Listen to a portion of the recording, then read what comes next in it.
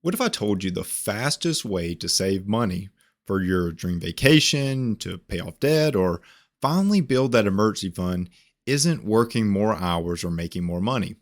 It's actually spending less? Sounds obvious, right? But here's the twist. I'm talking about this no spend challenge for 30 days, no Starbucks runs, no online shopping carts, no extra gadgets, just essentials. And the results?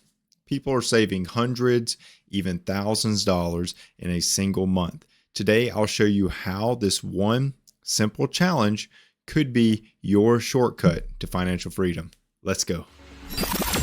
Welcome to the Financial Mirror.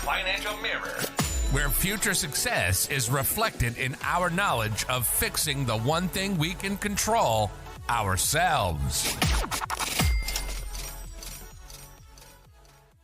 Welcome to the Financial Mirror, and thanks for joining me today as we continue to work to improve the one thing that we can control, ourselves. Here at the Financial Mirror, it is not about the numbers and spreadsheets alone, but about transforming and educating you on money so that you can make smarter financial decisions.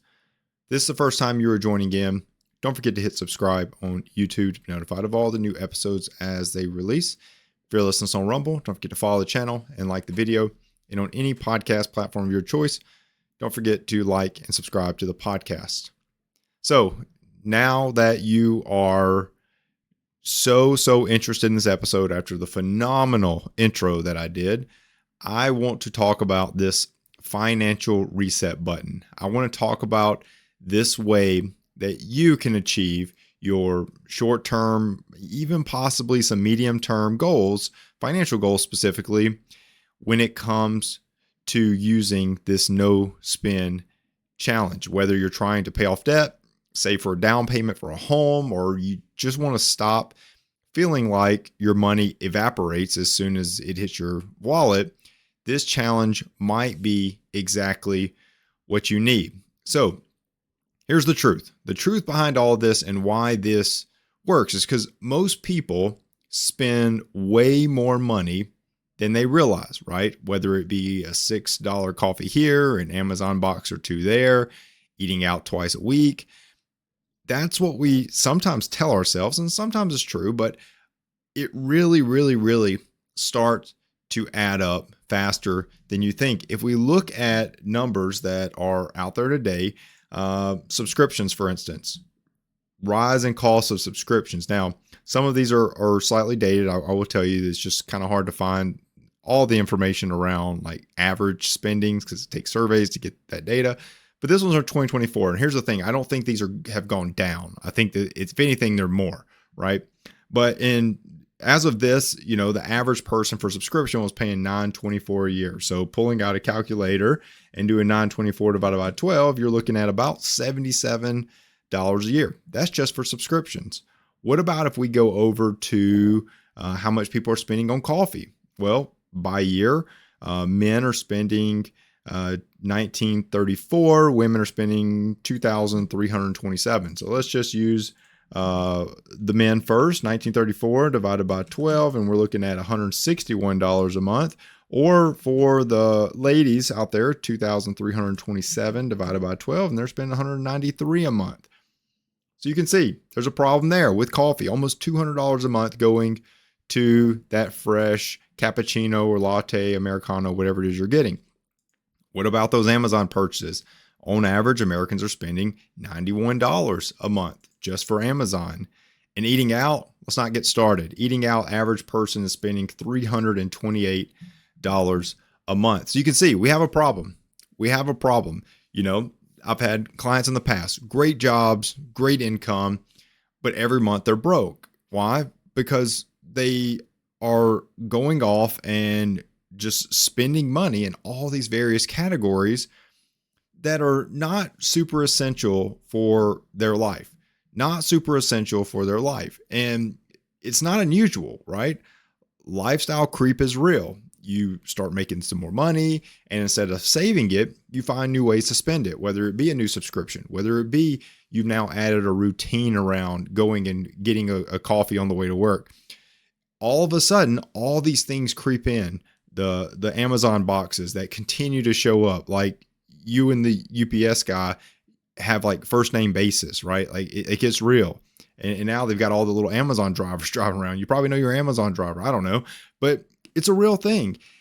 And that's why I wanted to do this episode, because I'm not telling you to stop it. I'm not telling you to forego all the luxuries of life. What I'm here to tell you, though, is that a no spend challenge cuts through all that noise. It cuts through all that noise for a very set, short period of time in your life. It forces you to see where your money really goes. And to be honest with you, it really can change the way you look at how you're spending your money there. Maybe you end this and you're like, man, I don't even need that subscription. I really don't, right? I've just always had it. So let me first, I keep saying this no spend challenge, but let me first define what it is. A no spend challenge is just where you are committing to buying only essentials for a set period of time. This means that you're going to spend money on things like your rent or your mortgage or your utilities, some groceries. I didn't say eating out. I said groceries, transportation, medicine if you need it, right? But yes, the Starbucks runs, the new sneakers, the takeout 3 nights a week, all that's a no. That's the point in the no spend challenge. Now, here's what it's not. It's not about depriving yourself forever. It's not you swearing off all the fun for the rest of your life. You're literally just pressing pause for a very short window, maybe 30 days, maybe start with a week. I don't know, maybe longer, but you decide the rules based on your goals. Think of it like a little weight loss, short-term weight loss program for your wallet, right? Like it's just about seeing if you can cut out the sugar in the junk and reset your health, right? This is all about cutting out all the unnecessary spending, and it just helps you reset your finances. So once again, it's really about your rules. You set the rules, you set the parameters. I've seen people have success with doing this for a week. I've seen people have success doing it for a month. Some of those longer lasting changes can be helpful, especially if you want to cut this out and it not come back. That's really a value add here, but it's your rules and you decide what you want to cut out. Maybe it's everything. Maybe you go like full on extreme and you go essentials only and everything else is gone, right? That's extreme. Will you get better financial results with that? Absolutely. But you don't have to. That's not a requirement. And maybe you start out something small, like I'm only going to cut out this or that. But then you work your way up to next time you do it, maybe in 3 months, maybe you do this every 3 months. Next time you do it, you cut out more. You cut out the same thing for longer. Like your parameters, you decide, right? But why even bother? What's the payoff, right? What's the payoff? Well, first, money. Money's the payoff. People are saving hundreds of dollars in just 1 month. One Fidelity survey actually found that forgotten subscriptions, coffee runs, and impulse buys often can add up to over $200 or $300 per month for an average household. Imagine redirecting $200 or $300 into your savings account, your emergency fund, your debt payoff even. That is a huge value to your financial life. The second thing that this really pays off with is clarity. You'll start to notice and feel where your money's been leaking out to. You might even realize that you spend $100 a month on food delivery apps without even noticing it, right? It is a true wake-up call for you to know where your money's going. Third is it's just less stress. Money stress is one of the top causes of anxiety in America. And when you know you're in control, that stress eases. How do you know you're in control? Well, you've really are only paying for the essentials in life, like, right? So if you cut out everything else but essentials, you know, like you're squeezing your income to go as far as it can, right? On essentials, and everything else is going to beneficial financial goals, right? And what's the final thing? The final payoff is just the habits that are formed. That's where the magic happens, right? Because even after the challenge is over, you may start to find yourself questioning purchases. Do I really need this? Or is this just a habit? Like it's just getting in my car and going to the coffee shop, just a habit that I've created. And maybe it is. Maybe it is. And cutting that out for good may just be what it takes to completely sever that risk reward mechanism that is the habit forming cycle there, and get you back into a direction of spending money more wisely. So how do you do it? How do you do it? So I got you bought in, but how do you do it? Well, the first thing is set the goal. What's the goal? What's the goal you're going after? Are you going to be paying off debt with this extra money? Are you saving for a trip? Are you building your emergency fund? Write it down.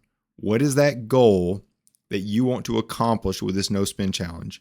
It doesn't just need to be, I'm going to do this no spend challenge and save hundreds of dollars. Where is that going to go? Otherwise, you're going to save it and it's going to go right back into it the next month, right? So set a deliberate goal of where is this money going to go when it's saved. The second thing you need to do is you need to pick your timeline. You need to start small, maybe a weekend, maybe a week, work your way up to 30 days, work your way up to a good like quarter, do like 1 quarter out of the year or something, right? Like figure out what this looks like, but start small and work your way up. The third thing you need to do is define your essentials. Figure out, look through your budget and define what do you consider an essential in your life? Groceries, bills, gas. Yes, those are all essentials. Takeout, shopping, subscriptions. No, not essentials. You can cut them. You can pause them. You can get rid of them. But define what your essentials are so you know black and white what are you allowed to spend money on during this no spend challenge. The fourth thing is plan ahead, right? So meal prep. Find free entertainment, cancel your subscriptions or pause them even. Boredom spending is the number one way people fail. They'll get bored. They just want something to do and they'll go out to eat with some friends or go shopping or whatever. But you've got to plan ahead. You've got to know what to expect throughout this challenge. The fifth thing is you've got to track your progress. Use your budgeting app, use a notebook, even just some sticky notes on the fridge. You need to write down every dollar saved. I've even seen people where they'll like write little sticky notes when they tell themselves like, I'm not going to eat out, right? Like they'll put those on the fridge, and when they do it, they'll put a sticky note on the fridge, say, hey, I curbed the urge on this day at this time or whatever. So they can start to see those adding up and they can start to feel successful and not just in their head, right? You can start to actually see it. And it's a little bit more tangible that way. So figure out a way to track your progress and do it. And the last thing is get some accountability if you need to. Do it with a friend, right? Post updates or just tell your spouse or your best friend, like, hey, I'm doing this and I need you to keep me accountable. The more support, the easier it is, right? You need to have somebody to be accountable to. And here's a little pro tip. Build in a little safety net. Life happens. Your car breaks down, fix it. The challenge isn't about being as like super rigid as being mindful. But I'm telling you that if you will commit to it, if you will truly, truly commit to it, you can save some really, really, really good cash in a month, right?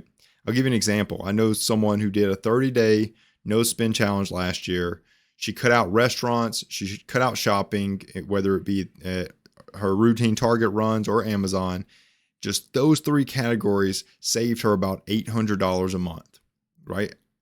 That's great. And then thereafter, if she wants to go back and spend $800 a month on restaurants, shopping, and Amazon, go for it, right? But in those 30 days, she set aside almost $1,000. That's bananas, right? That helps people propel ahead and get ahead financially in 1 month, right? Another person I know did it just for coffee. All they did was cut out coffee, no coffee shops for 30 days, saved around $150. Here's the kicker. She didn't even realize she realized she didn't miss it after about a week or 2, right? Beautiful. Maybe she brings it back in, but it's not as often as before. And you can see countless people, if you search no spend challenges, people are saving for tons of things, whether it be vacations or paying down credit cards or even hitting that first $1,000 emergency fund very quickly. They can do it in just a month. But that is why this challenge works. It's simple, it's flexible, and it truly does deliver results fast, real fast. Do it for 30 days, you will see results in 30 days, guaranteed, right? But what happens? After the challenge can be the danger, but if you keep it in your mind, you're conscious about it, maybe it won't be for you. But revenge spending is something that comes at the end of no spend challenges. If you go a month without spending, sometimes people will go out on like a binge the next day and they undo all their progress, right? So instead, you've got to be strategic. You've got to keep that plan in mind, that goal, and you've got to funnel the money to that goal as soon as you're done or as you go, either one.